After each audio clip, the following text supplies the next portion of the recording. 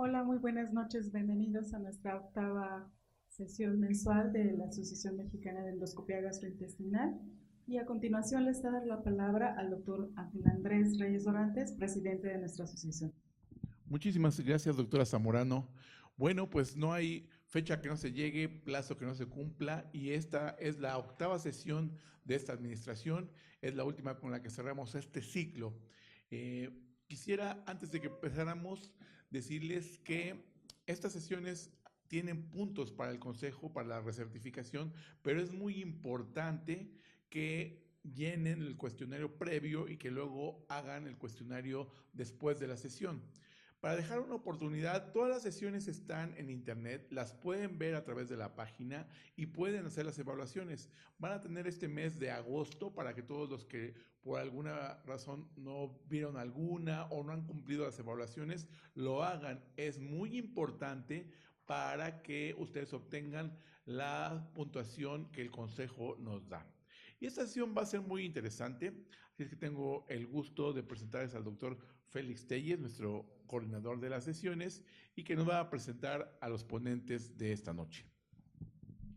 Buenas noches a todos, muchas gracias al doctor Ángel Reyes, a la doctora Yolanda. Y en esta última sesión de este año tenemos un invitado de lujo. El tema es sumamente interesante y actual. Es el drenaje endoscópico de la vesícula biliar. Para hablar de este tema, el doctor Douglas Adler, el cual es coeditor de la revista Gastrointestinal Endoscopy, es editor del tema de gastroenterología New England, Journal of Medicine, y él está en Salt Lake City, donde es el director de endoscopía pancreatobiliar. Entonces tenemos todo un experto y posteriormente a su plática, el doctor Enrique Murcio y un servidor vamos a estar coordinando la parte de preguntas y respuestas con el doctor en vivo para que todos ustedes participen, y sin más preámbulo pues empezaremos con la plática del doctor Adler, al cual le damos la bienvenida. Adelante, doctor. Okay, everybody. I want to thank Felix for inviting me to give this talk. And today I'm going to be talking about a topic that's very exciting to me, and that's endoscopic gallbladder drainage. And again, I'm Doug Adler. I'm a professor of medicine at the University of Utah in Salt Lake City, Utah. So the first thing I want to talk about is that quiero hablar es que mucha gente quizá ya ha escuchado del drenaje endoscópico de vesícula biliar, pero no lo han hecho, no conocen mucho al respecto. Es una alternativa endoscópica a la colecistostomía percutánea en candidatos no quirúrgicos. No es una alternativa a la colecistectomía. A esto me refiero a que los que son candidatos quirúrgicos sí deben someterse a la colecistectomía quirúrgica. El drenaje de vesícula biliar endoscópico no está compitiendo con esta técnica. Si la vesícula biliar está muy mal y se es candidato a cirugía, es mucho mejor que les hagan cirugía.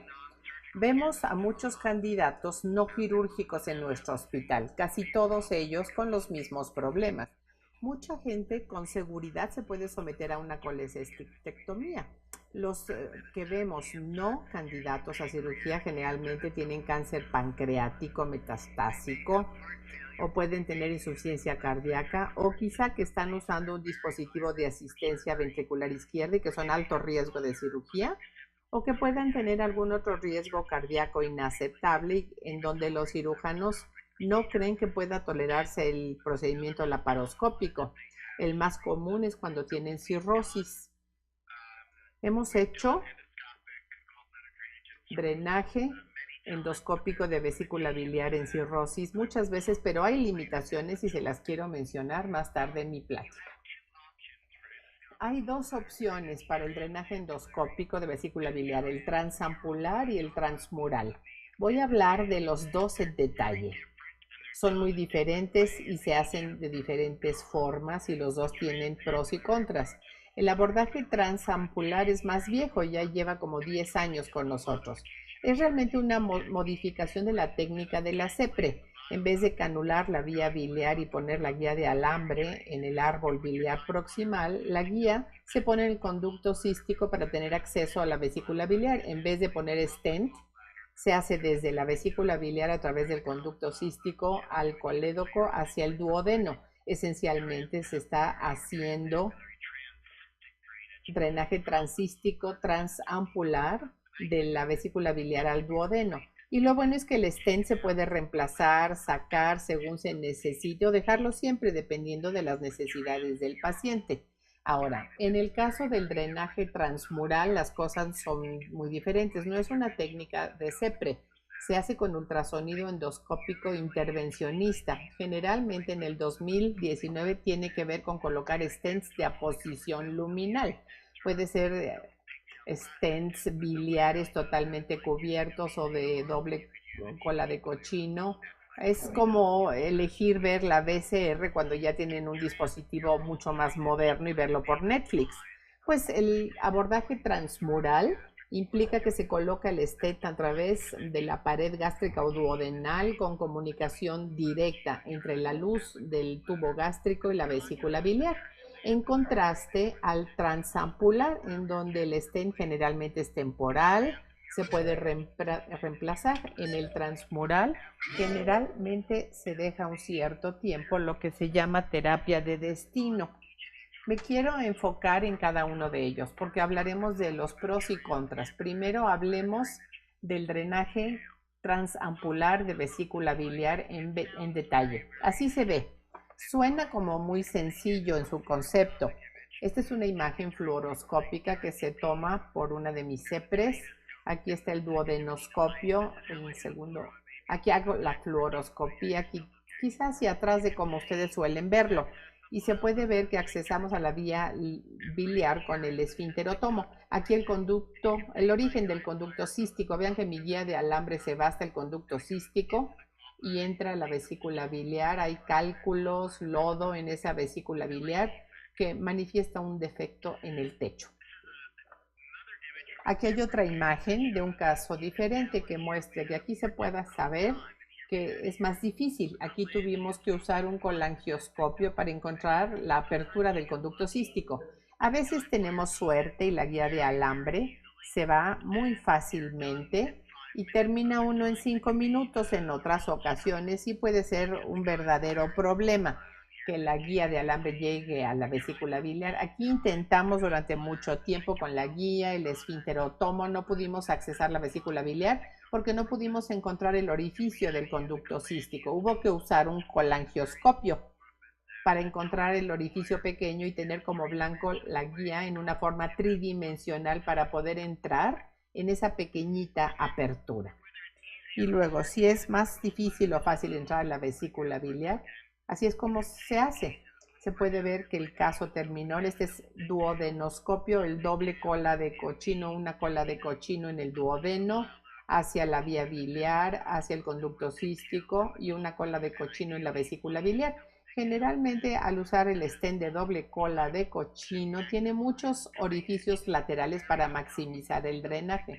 Es raro que estos stents de doble cola de cochino con orificios laterales que se taponee, pero por supuesto es algo que hay que evitar. Entonces, hay literatura limitada sobre el drenaje transampular de vesícula biliar. Lino en Endoscopic del 2018 lo publicó comparando el drenaje de vesícula biliar transampular contra el percutáneo.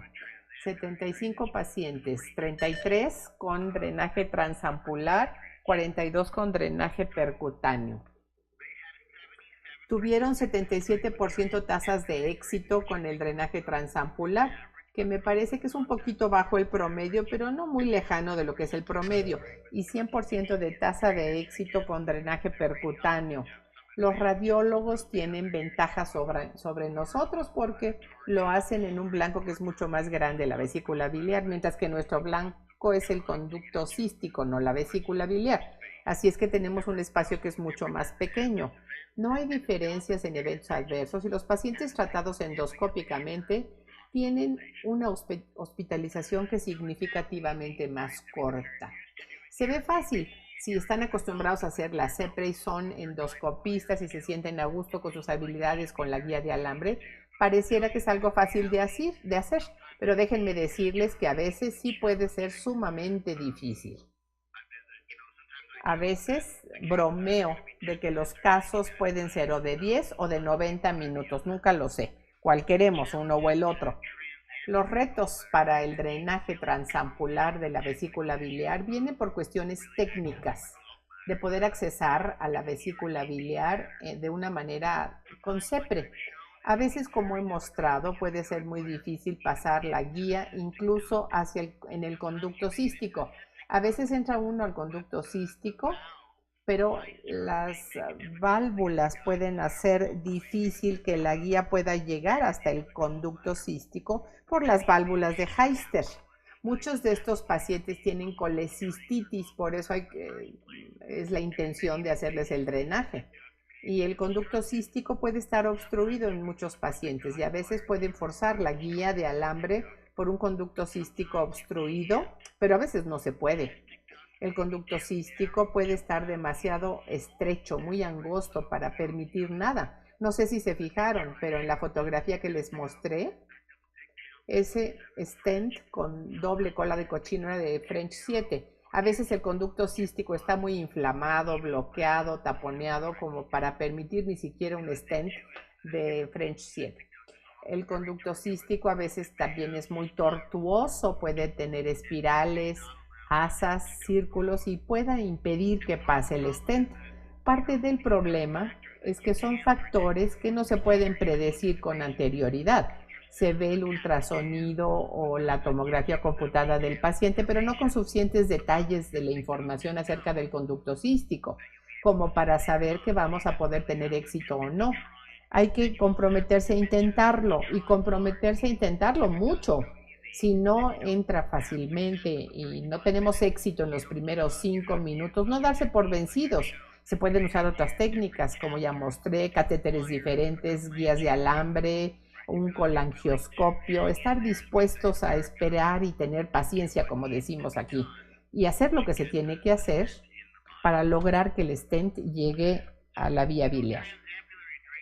El drenaje transampular sí presenta algunas ventajas sobre el transmural. Es un par de cosas. Por ejemplo, el drenaje transmural se tiene que hacer en alguien que no esté anticoagulado, pero si el paciente tiene anticoagulantes, no pueden detenerse si está en un dispositivo de asistencia ventricular izquierda. Quizá aquí el transampular sea el mejor abordaje.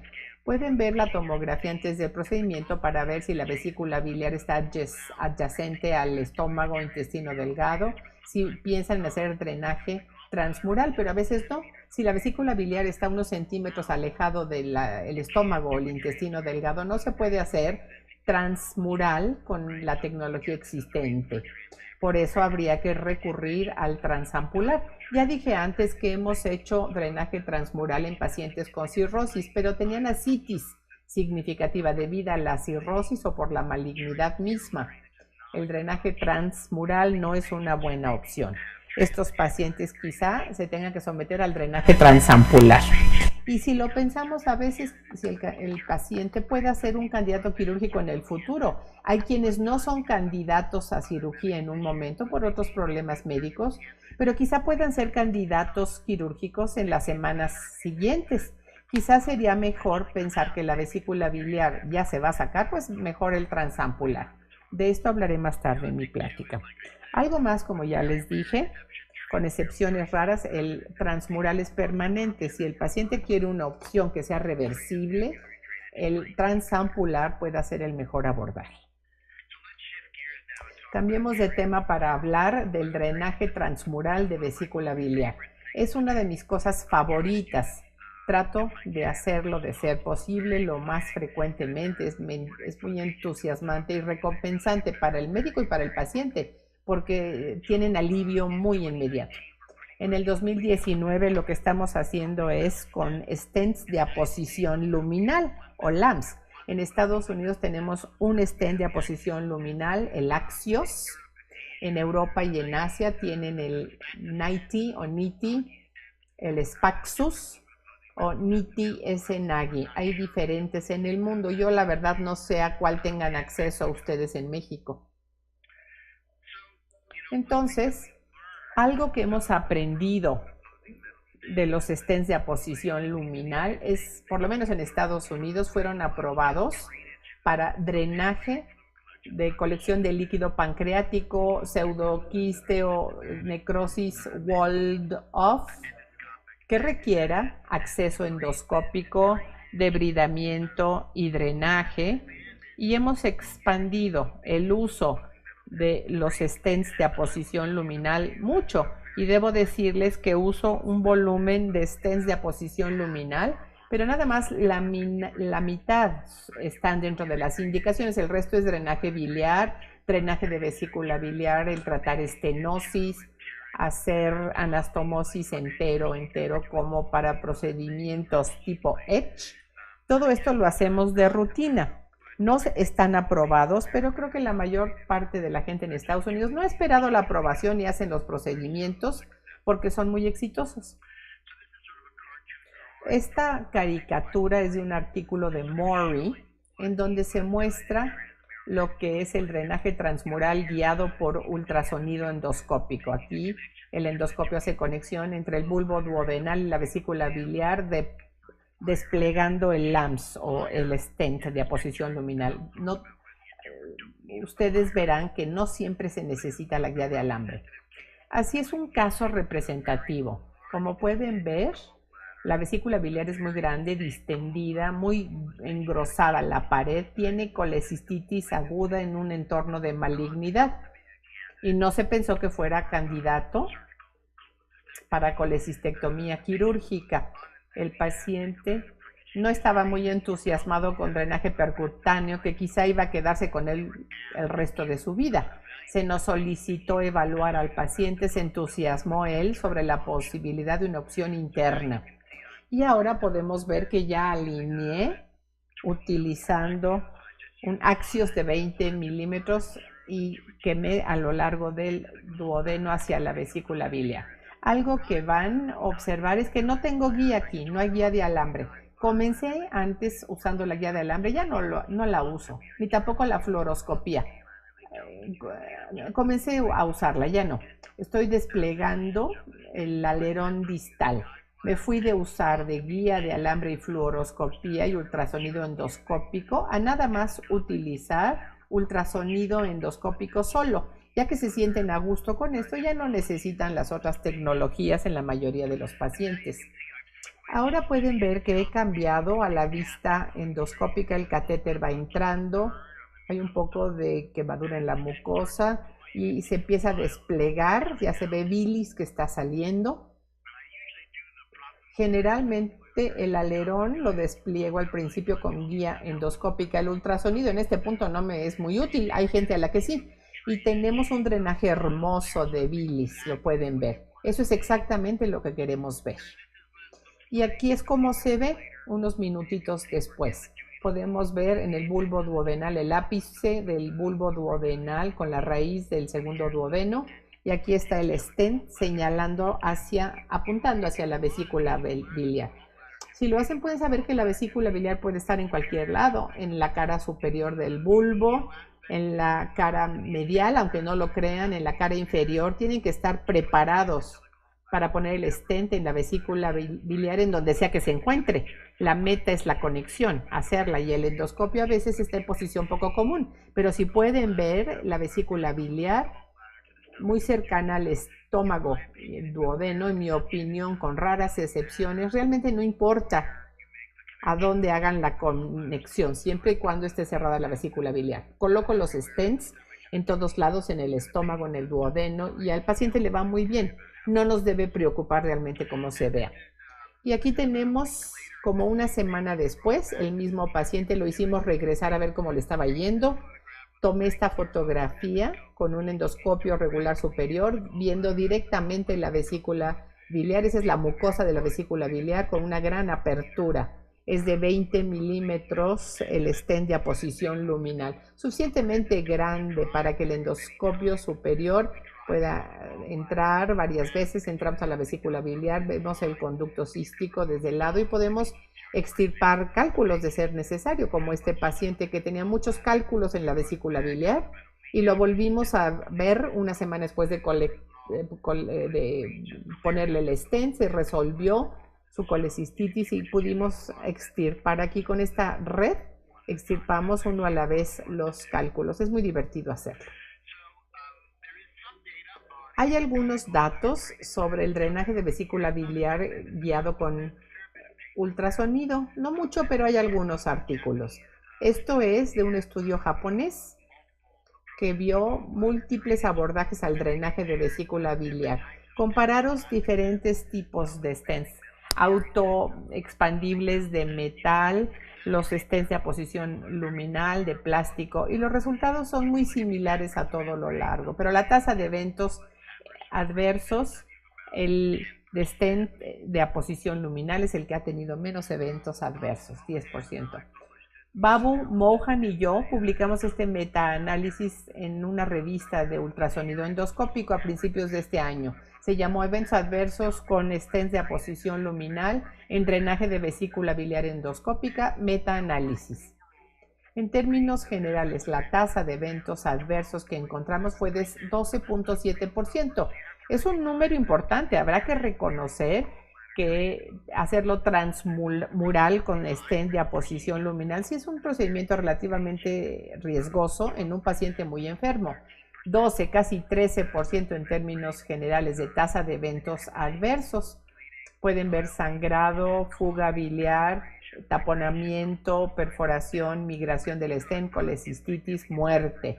No son eventos adversos insignificantes, aunque son pacientes muy enfermos y a menudo están dispuestos a aceptar un poquito más de riesgo porque a menudo les quedan pocas opciones o quieren ahorrarse una vida entera con un tubo saliendo de su cuerpo. Hay quienes sí se quieren arriesgar a los abordajes con ultrasonido endoscópico. Hay cosas que se pueden tratar, sangrado, vías o fugas biliares, etcétera. Son cosas que uno puede arreglar.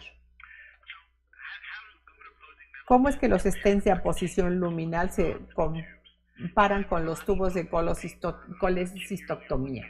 En 90 pacientes en el 2017, drenaje de vesícula biliar con ultrasonido endoscópico 45 con 15 hot axios. El grupo de ultrasonido 98% de éxito técnico contra 96% de éxito clínico contra 91 y menos reintervenciones, menores puntajes de dolor, menos estancia hospitalaria. En el grupo con ultrasonido hay que observar que la tasa de complicaciones de 11% fue lo que nosotros también encontramos en nuestro estudio. Ty Berg vio a 155 pacientes, 3/4 de ellos con drenaje percutáneo, y cuando vimos el drenaje con ultrasonido endoscópico, teníamos 95% éxito técnico, 95% éxito clínico. En el primero 99%, en el segundo 86%, sin diferencia en eventos adversos ni readmisiones, pero se requirieron menos intervenciones repetidas en el grupo con ultrasonido. Ya les dije anteriormente que casi todo el tiempo se usan stents de aposición luminal si pensamos que el paciente jamás va a ir a cirugía. En mi caso es muy raro que los pacientes después de drenaje endoscópico transmural de vesícula biliar tengan que irse a cirugía. En este estudio se vio la colecistectomía después del stent de aposición luminal o la colecistostomía. Es bastante aceptable. Son éxitos técnicos similares y tasa de eventos adversos, o sea que sea tubo percutáneo anterior o si se hizo endoscópicamente el drenaje. La cirugía de vesícula biliar fue exitosa en 100% de los pacientes. Es un pequeñito número, nada más 13, en el grupo con ultrasonido, pero muestra que cuando se hace el drenaje transmural endoscópico no impide la colecistectomía quirúrgica después, si el paciente se puede volver un mejor candidato quirúrgico. Aquí no hubo diferencias en la tasa de conversión de laparoscópico a colecistectomía endoscópica, aunque el tiempo quirúrgico sí fue más corto en los que se sometían a drenaje endoscópico. Interesante, porque yo hubiera pensado que hubiera sido al revés. En conclusión, yo diré que el drenaje de vesícula biliar endoscópico es muy seguro y efectivo en términos generales. Los dos abordajes son alternativos a la colecistostomía percutánea. Si hacen CEPRE, lo pueden hacer. Si hacen ultrasonido endoscópico, lo pueden hacer. Si hacen CEPRE y ultrasonido endoscópico, hay buenas opciones a su disposición. No me parece que ninguno sea perfecto en los pacientes y habrá que individualizar la atención basándose en la anatomía de los pacientes y también en su propia experiencia y cómo se sienta a gusto también el cirujano. Yo creo que una de las cosas más difíciles en este juego, de lo que no hablé, por cierto, es que los cirujanos tienen que estar conscientes que ustedes están dispuestos a hacer estos casos. Clásicamente, cuando los cirujanos dicen que el paciente no es candidato quirúrgico para la colecistectomía, automáticamente se lo mandan al radiólogo intervencionista para que le ponga un dren percutáneo. Si ellos no saben que ustedes están disponibles y dispuestos a hacer estos casos, que a veces frecuentemente son de urgencias, nunca lo van a hacer. Pero si pueden ustedes insertarse en este algoritmo, esto es que el cirujano se dé cuenta que los pueden llamar a ustedes, entonces sí pueden comenzar a tener estos pacientes. Cuando el cirujano vea que sí pueden hacer drenaje endoscópico de vesícula biliar, sea transampular o transmural, cuando vean que tienen éxito, van a comenzar a llamarlos más y más. Incluso hacer 1 o 2 de estos puede incrementar mucho sus cifras, sus números. Pero si ellos no saben que ustedes lo pueden hacer, que les interesa, que están interesados, que están dispuestos a correr el riesgo en estos casos, que técnicamente son tan desafiantes, nunca los van a llamar. Aquí me detendré, pero recuerden, les reitero, si les interesa estos procedimientos, tendrán que hacerlos. Son muy seguros y efectivos. Déjenme agradecerles a todos por escucharme y a Félix también por esta oportunidad de dar esta plática. Es un gran honor y les agradezco muchísimo. A todos nuevamente. Ahorita vamos a hacer los ajustes para poder entrar a la ronda de preguntas y respuestas. Le doy la bienvenida al doctor Enrique Murcio. Él es adscrito del Centro Médico Nacional Siglo XXI, el endosonografista muy conocido por todos, y pues con él vamos a estar en esta parte de la pregunta de preguntas y respuestas. Vamos a estar también interactuando con los que estén conectados en línea y tengan alguna pregunta, por favor mándenla, y ahorita nos van a hacer llegar el aparatito para que podamos ir leyendo y transmitiendo las preguntas al doctor Douglas Adler. Justo ahorita estamos haciendo los arreglos para terminar esta conexión. Y Enrique, pues, ¿qué te pareció la plática? Bueno, creo que es una plática que resume muy fácil sobre lo que dice la evidencia en relación a las ventajas que ha demostrado tener el drenaje endoscópico de la vesícula. Y bueno, la forma convencional o tradicional, que era a través de la papila, sin duda que pues siempre implicaba el tener que entrar al cístico, lo cual técnicamente lleva más tiempo, ¿no? Y dispositivos nuevos como el sistema de J-Axios, sin duda que lo hacen más sencillo. Platicábamos un poco sobre otra enorme ventaja, que ya no se requiere la aguja para tener que acceder a la vesícula, sino que el mismo cauterio que tiene el sistema J-Axios permite que en un solo movimiento se pueda realizar la punción, la dilatación y luego la liberación del stent. Entonces, bueno, pues yo creo que en esta plática nos han mostrado evidencia muy a favor para que este procedimiento siga creciendo y que muy probablemente pues la evidencia lo vuelva el estándar de oro de tratamiento de los pacientes no candidatos a cirugía con colecistitis aguda, que eso es creo que un mensaje clave de pacientes que no son operables, ¿no? Sin duda, yo creo que conforme vaya pasando el tiempo, parece que la evidencia nos va a llevar a que el drenaje guiado por ultrasonido de la vesícula biliar pueda ser considerado como de elección sobre el drenaje percutáneo en pacientes no candidatos a cirugía o que no van a ser candidatos a cirugía. Personalmente digo, ahorita vamos a preguntarle al doctor Adler, pero en mi centro todavía es complicado que los cirujanos acepten un drenaje temporal de la vesícula transmural, es decir, si un paciente va a ser candidato a operarse, es difícil que los cirujanos acepten, aun cuando la poca evidencia que hay pues pareciera ir a favor de esto.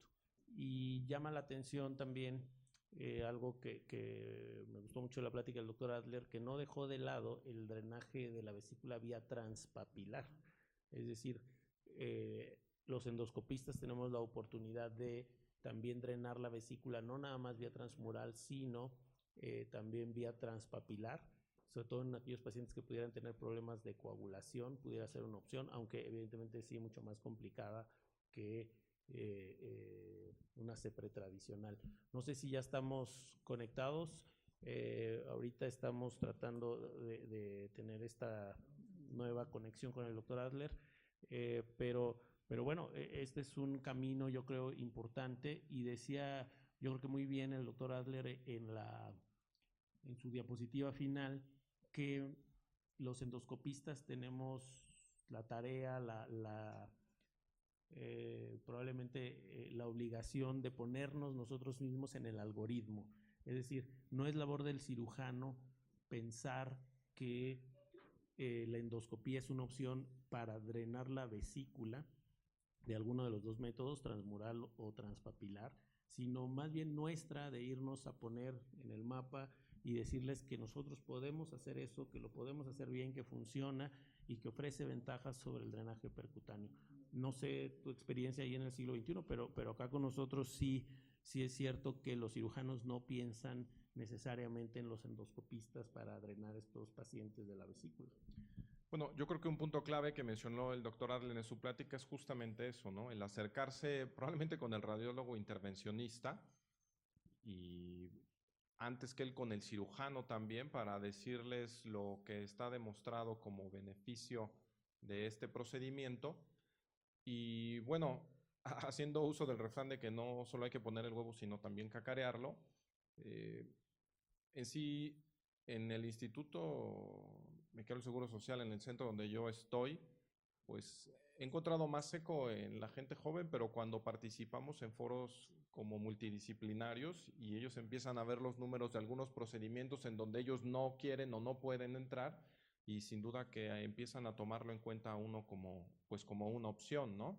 Tenemos un buen radiólogo intervencionista, sin duda también, pero creo que habrá candidatos, como se mencionó en la plática, en donde el drenaje por ultrasonido endoscópico sea superior y pueda volverse el estándar de tratamiento de estos pacientes, ¿no? Sí, yo creo que la evidencia poco a poco nos va llevando hacia allá, es decir, el ultrasonido endoscópico ha venido a posicionarse en la terapéutica del drenaje de algunas colecciones intraabdominales, pseudoquistes, necrosis, colecciones posquirúrgicas, y ha venido a demostrar que en manos expertas es superior en muchos aspectos al drenaje percutáneo, sin que este deje de tener su lugar. Pero yo creo que en el caso de la vesícula, precisamente también algo parecido irá ocurriendo.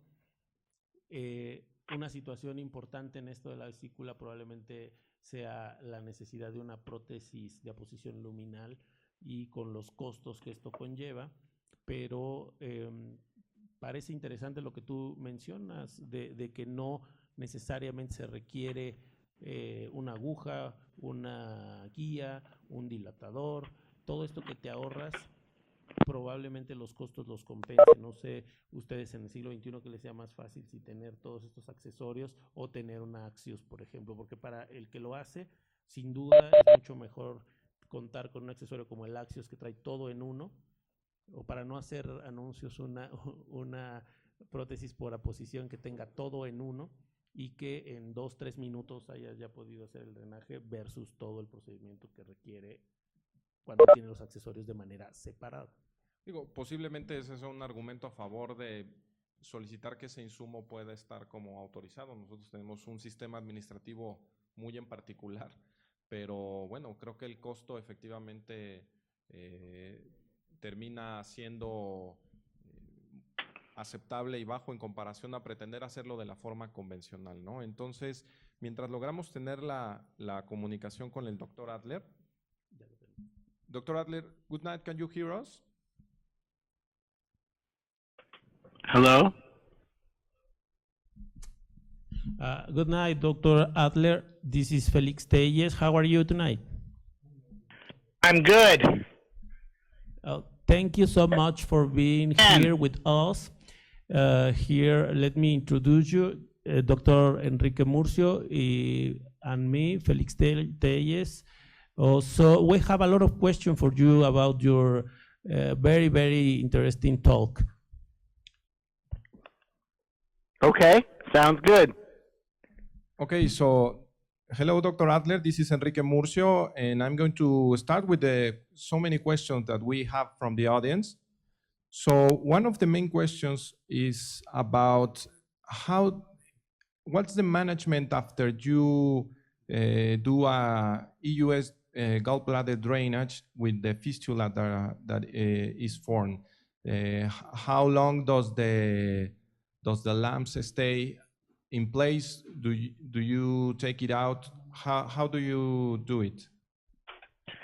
So can you hear me okay? Yes, we can hear you. So usually when you're doing EUS guided gallbladder drainage, it is permanent. So there is no plan to remove the Es stent. permanente porque no hay planes de retirar el stent.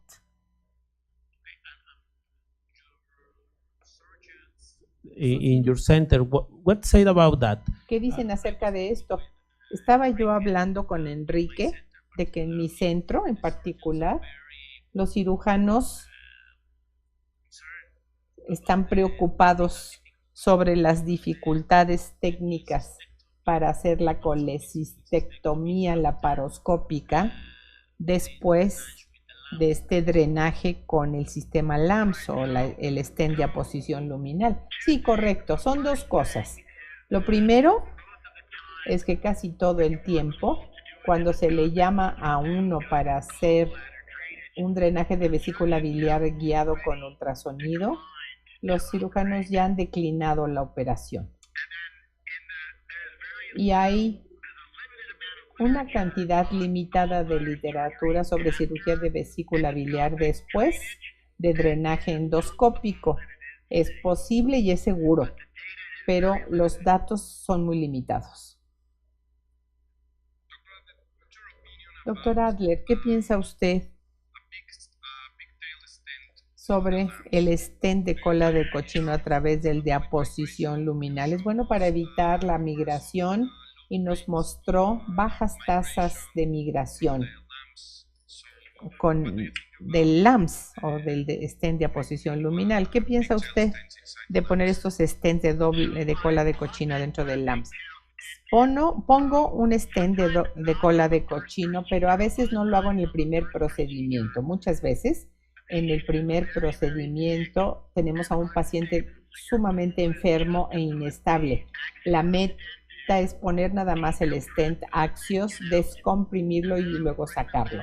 Y luego les pido que regresen unos días después para guiarme a través del stent hacia la vesícula biliar, quitando los cálculos que haya y luego poniendo un doble cola de cochino a través del Axios. Y esto lo hace de manera regular, o sea, siempre lo hace así.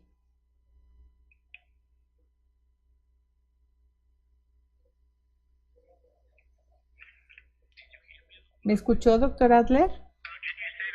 ¿Me lo puede repetir?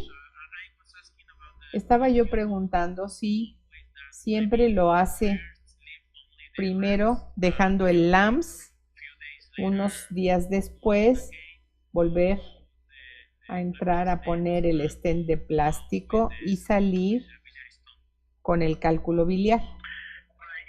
Sí, correcto. Regreso unos días después para ver al paciente, asegurarme de que está bien el stent. Generalmente pongo una prótesis de doble cola de cochino en el segundo procedimiento, pero si quieren sí lo pueden poner en el primer procedimiento. Aquí tengo otra pregunta. ¿Me escucha usted?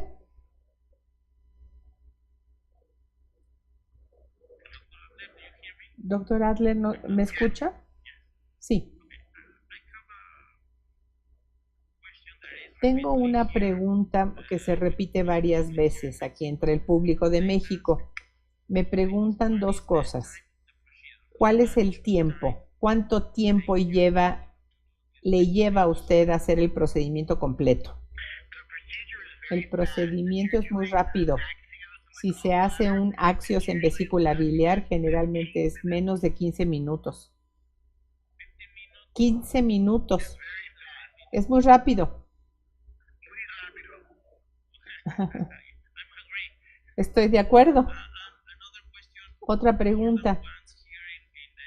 También más de una vez entre el público. Preguntan si cree usted que no es demasiado agresivo crear una fístula entre el duodeno y la vesícula biliar en un paciente que está críticamente enfermo. Pues miren, me parece que definitivamente sí es agresivo, pero lo necesitan.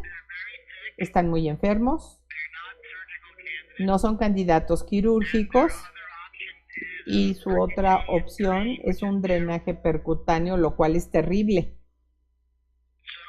Entonces, sí, estoy de acuerdo con usted que es muy arriesgado y agresivo, sí, pero casi todos los pacientes están dispuestos a hacerlo. Yo estoy de acuerdo con usted. Personalmente, yo lo hago. Yo creo que la ventaja en la calidad de vida que se le da al paciente es importante, principalmente cuando se trata de pacientes críticamente enfermos. La mayoría de mis pacientes en quienes hago este procedimiento son pacientes con muchas otras patologías de una cierta edad, así es que no son candidatos a cirugía. La migración es un riesgo, pero es relativamente bajo. A mí me preocupan más las perforaciones y las fugas de bilis. Fuga de bilis.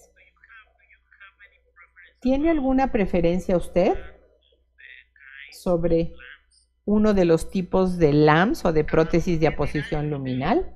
En Estados Unidos solamente tenemos uno, que es el Axios. Fuera de Estados Unidos está el Nogi y el Spaxus. En Estados Unidos nada más tenemos experiencia con uno. Muy bien. ¿Y qué nos dice del tamaño del LAMS, del stent de aposición luminal? ¿Qué prefiere? ¿10, 15, 20? Generalmente 15 o 20. Nunca uso el pequeño. Me gustan los tamaños más grandes. ¿Y tiene usted alguna experiencia con complicaciones relacionadas con el tamaño? O sea, el de 15 contra el de 20. Tuve a un paciente con un axios de 15 milímetros cuya fiebre desapareció, el dolor desapareció y 24 horas después ella volvió a tener fiebre y el dolor es que tenía alimento impactado en el stent e impactado en la vesícula biliar. Pudimos quitar el alimento del stent y se sintió mejor, pero era comida que tenía en la vesícula biliar. Otra pregunta del público. Nos dijo usted sobre acceso gástrico o transduodenal para hacer con una buena vista ultrasonográfica, pero ¿piensa usted que transduodenal es mejor que transgástrico? Cuando uno comienza a hacer esto, se siente uno más seguro en el estómago, porque el estómago está muy enfermo. Pero pienso en mucha gente al tener experiencia, encuentran que el duodeno es un mejor sitio porque el duodeno da una mejor vista de la vesícula biliar. Y una vez más, es una pared más delgada para entrar al duodeno que el estómago, pero una vez que hace uno un par de casos en el duodeno, se da uno cuenta que es mejor y más fácil. También el endoscopio se puede poner en mejor posición en el duodeno que en el estómago, porque hay mucho menos movimiento cuando estamos en el duodeno. Otra pregunta. ¿Qué piensa usted de hacer colecistostomía laparoscópica contra el drenaje con ultrasonido endoscópico de vesícula biliar? Pues la pregunta es muy buena. En Estados Unidos, la colecistostomía laparoscópica es poco común. Sí es una buena opción si los cirujanos estuvieran dispuestos a hacerlo. Claramente aquí no lo van a hacer, hacen colecistectomía o nada. Creo que si van a hacer cirugía desde el principio, pues nada más sacan la vesícula biliar. Estoy de acuerdo. Si un paciente es bueno candidato para la cirugía, pues sí, la elección debiera ser una laparoscópica cirugía. ¿Qué piensa usted? Si estuviera de vacaciones en algún paraíso del Pacífico, ojalá que no, pero que le diera una colecistitis aguda, ¿qué preferiría? ¿Percutáneo o drenaje guiado con ultrasonido de su vesícula? ¿Qué preferiría usted? Si fuera yo, soy joven y sano. Probablemente, en última instancia, me harán cirugía de vesícula biliar. Así es que una colecistostomía percutánea sería mejor. Pero si el paciente fuera de mayor edad y tuviera más comorbilidades, estaría mucho mejor con drenaje endoscópico. Pero si el paciente es candidato a cirugía, la cirugía es el mejor tratamiento. Muy bien. Déjenme suponer que está usted en una edad a la cual no es candidato a la cirugía. Si estuviera aquí en México de vacaciones, ¿qué preferiría? ¿Colecistectomía percutánea o drenaje de ultrasonido de su vesícula biliar? Si yo no fuera candidato quirúrgico, pediría drenaje endoscópico. Pensaba yo que quizás su respuesta iba a ser dependiendo de la disponibilidad de la persona, porque creo que el problema con el drenaje ultrasonido endoscópico de vesícula es cuando se tiene a un endosonografista que lo pueda realmente hacer. Pues escucho mal, tengo problemas para escucharlos bien. Sí escucho, pero me cuesta mucho trabajo. A ver, lo repito. ¿Qué piensa usted de la necesidad de tener a una persona preparada, bien preparada para hacerlo? No es muy común aquí en México que haya una persona que pueda hacer este tipo de procedimientos. Correcto. Bueno, si se sienten a gusto haciendo el ultrasonido endoscópico, pueden hacer con ultrasonido endoscópico el drenaje de la vesícula biliar. Uno de los secretos sucios es que realmente no es tan difícil. Técnicamente es muy sencillo, pero tienen que estar dispuestos a correr el riesgo. Estoy de acuerdo con eso. Si es una persona que puede hacer drenaje de un pseudoquiste con ultrasonido endoscópico, la vesícula biliar creo que es muy similar.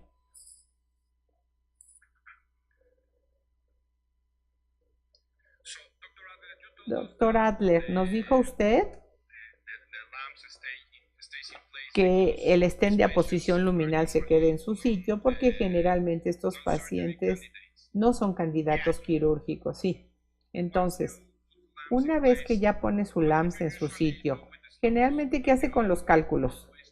Siempre trata de sacarlos después de cuánto tiempo, y si tiene un cálculo muy grande, usa un catéter para litotripsia, o qué hace con los cálculos ya que está madura la fístula. Se puede o tratar de extirpar los cálculos y siempre, técnicamente no es muy difícil, de hecho es divertido, pero si no quieren sacar los cálculos, los pueden dejar siempre y cuando haya un drenaje de vesícula adecuado, realmente no importa. Yo creo que a los pacientes les gusta si les quitan los cálculos. A menudo lo hacemos porque a los pacientes les gusta, emocionalmente se sienten mejor, pero pueden quitar los cálculos con su red o con una canastilla y es muy fácil de hacer. ¿Qué tan frecuente es que requiera de algo más, como litotripsia, por ejemplo? ¿Otra vez me lo repite? Que si es frecuente que necesite usted utilizar colangioscopía con láser, por ejemplo, para hacer litotripsia en este tipo de pacientes. No muy común.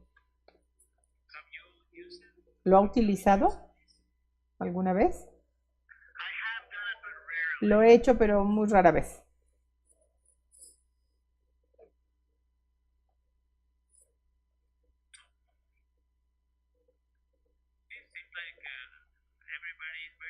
Bueno, parece que con su plática todo quedó muy claro, doctor.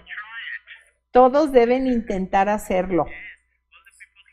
Sí, toda la gente aquí tiene la misma pregunta como usted nos formuló. Usted tiene muchos mensajes aquí de felicitaciones. Todo el mundo está muy contento con su plática. Era un tema difícil. Me parece que ahora le queda muy claro y a nosotros nos queda muy claro la posición real del drenaje endoscópico de vesícula biliar en aquellos pacientes que no son candidatos a procedimientos quirúrgicos. Apenas si los puedo escuchar, me cuesta mucho trabajo escucharlos.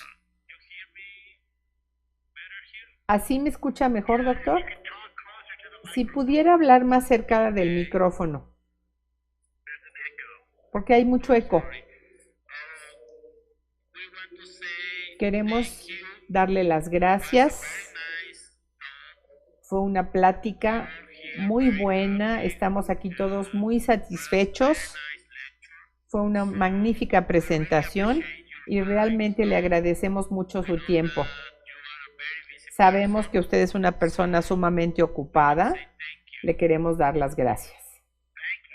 Gracias a ustedes. Gracias, doctora Adler. La plática fue maravillosa, muy instructiva, muy didáctica. Muchísimas gracias por todo lo que nos enseñó el día de hoy. Gracias a ustedes. Buenas noches. Nos vemos pronto. Hasta luego. Bueno, creo que con esta conferencia del doctor Adler, muy instructiva, de un procedimiento muy interesante, terminamos este ciclo de sesiones, así es que le damos el agradecimiento a nuestros expertos nacionales, el doctor Enrique Murcio, Félix Telles, y vamos a dar algunos anuncios parroquiales, le llamamos aquí. Bueno, buenas noches nuevamente. Les comunico que está disponible en la página web el micrositio de la próxima reunión nacional que se llevará a cabo del 14 al 18 de septiembre en el Poliforum León, donde encontrarán acerca información del registro, hospedaje y todo el programa académico y currículum de los profesores internacionales y nacionales invitados. También contaremos con talleres de modelos biológicos, taller de manometría, taller de cápsula. También un taller innovador es el de detección de lesiones tempranas y un taller de limpieza y reprocesamiento de endoscopios. Estos talleres están dirigidos tanto para el personal médico como para también técnicos y enfermeras. Y por favor les pedimos que se inscriban con anticipación. Y para los médicos residentes tendremos transportación terrestre. de Ciudad de México León, León Ciudad de México, y para esto tienen que inscribirse antes para que tengan acceso a este transporte. Para los asistentes en endoscopía tendremos descuentos en la inscripción al curso precongreso, congreso y talleres. Por favor, no olviden realizar las evaluaciones mensuales para que tengan su constancia con valor de 8 puntos que otorga el Consejo Mexicano de Gastroenterología, y la plataforma se encontrará accesible hasta el día 31 de agosto. También les hacemos una atenta invitación al segundo Congreso Mundial de Endoscopía Gastrointestinal ENDO 2020, que se llevará a cabo del 7 al 10 de marzo en Río de Janeiro. Entonces, tienes hasta el 15 de agosto para inscribirte con un descuento muy atractivo. Y finalmente, otro evento académico que tenemos en forma conjunta con la Asociación Mexicana de Gastroenterología y Hepatología es el 27 y 28 de septiembre en San Cristóbal de las Casas, donde tendremos un taller de manejo de hemorragia digestiva, y por favor les pedimos que se inscriban con oportunidad. Pues muchas gracias por la oportunidad de trabajar en esta mesa directiva en esta última sesión. Y bueno, le cedo la palabra al doctor Reyes y nos vemos en León. Pues no me queda más que agradecerles, primero a todos ustedes, su participación, su interés. Hoy tuvimos 140 conectados en tiempo real, conexiones desde otros países, tuvimos de varios países de Centroamérica, de Sudamérica, así es que es muy, muy emotivo y es la razón de ser de estas sesiones. Quiero también agradecerles muy especialmente a los coordinadores de todo este ciclo de sesiones, al doctor Félix Telles, al doctor Guido Grajales y a la doctora Ángela Saúl, su trabajo, su entusiasmo. Quiero agradecerles a todo el equipo técnico, porque hacer la transmisión, enlazar a los profesores, conectarse, estar en tiempo real haciendo los detalles de que tengamos un audio, que tengamos un video, que tengamos la traducción. Desde luego a las coordinadores, a la doctora Xochiquetzal y a la doctora Yoli Zamorano, que también con entusiasmo estaban aquí y nos daban todos los anuncios, y desde luego que al equipo de soporte de la AMEC, a Flor, a Bernardo, a Eli, a Verónica, a Mayra, al señor Mena, que también es muy importante su trabajo para que todo esto se realice. Este es un trabajo de equipo, solamente pues me queda el privilegio y el honor de ser un poquito el coordinador, el director de la orquesta, pero es un trabajo de mucha gente vigilando todos estos detalles. Es que esperamos que esto haya sido didáctico para ustedes, que les haya parecido interesante, que hayan aprendido mucho y que obtengan sus puntos para la certificación. Acuérdense, contesten sus evaluaciones previas, posteriores. Estas sesiones quedan grabadas, pero para que obtengan los puntos tienen que verlas antes de que se termine este mes de agosto del 2019. Y bueno, pues ya vemos todos los eventos académicos que tenemos por delante. Los esperamos en todos ellos. Creo que vernos, estrecharnos la mano, desearnos mucho éxito y aprender juntos es la misión de la MEC, y todos trabajamos con esa intención. Muchísimas gracias, muy buenas noches y que la pasen muy, muy bien. Nos vemos pronto.